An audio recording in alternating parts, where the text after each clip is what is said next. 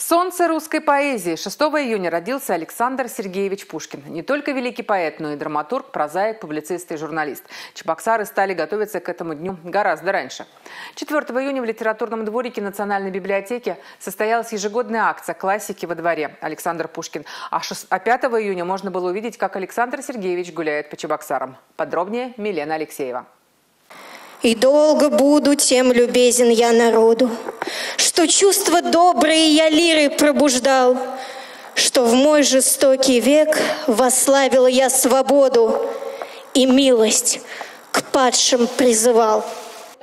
Акция «Классики во дворе» Александр Пушкин. Формат «Открытый микрофон». Сюда могли подойти все желающие и прочитать любимое стихотворение поэта. Александра Савельева узнала об акции случайно. Она пришла в библиотеку за книгами и не смогла не принять участие. Александра отметила, произведения Пушкина актуальны во все времена. Актуален он по сей день, я думаю, потому что его творчество продолжается изучаться в школах, университетах, в театрах, ставятся различные спектакли, мюзиклы, также различные молодые исполнители даже читают стихотворения в современном стиле. В акции приняли участие люди разных возрастов. У микрофона прозвучали стихи на русском, чувашском и французском языках. На мероприятии собрались настоящие знатоки творчества Александра Пушкина. Он опередил свое время все-таки, я считаю. И что бы ни происходило в любые времена, практически на любой вопрос, и о внешних обстоятельствах, и о наших внутренних каких-то переживаниях, я думаю, что в его творчестве можно найти ответы. Александр Сергеевич Пушкин – это родина, это русский язык, это великая русская литература. И он вне времени. Он был удивительно прозорлив, он был удивительно мудр. И его стихи звучат сейчас как никогда актуально.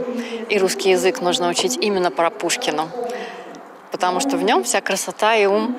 А 5 июня Александра Пушкина можно было встретить на улицах Чебоксар. Жители города с большим удовольствием общались с Пушкиным, рассказывали ему его же стихотворения. Его пример другим наука. Но, боже мой, какая скука!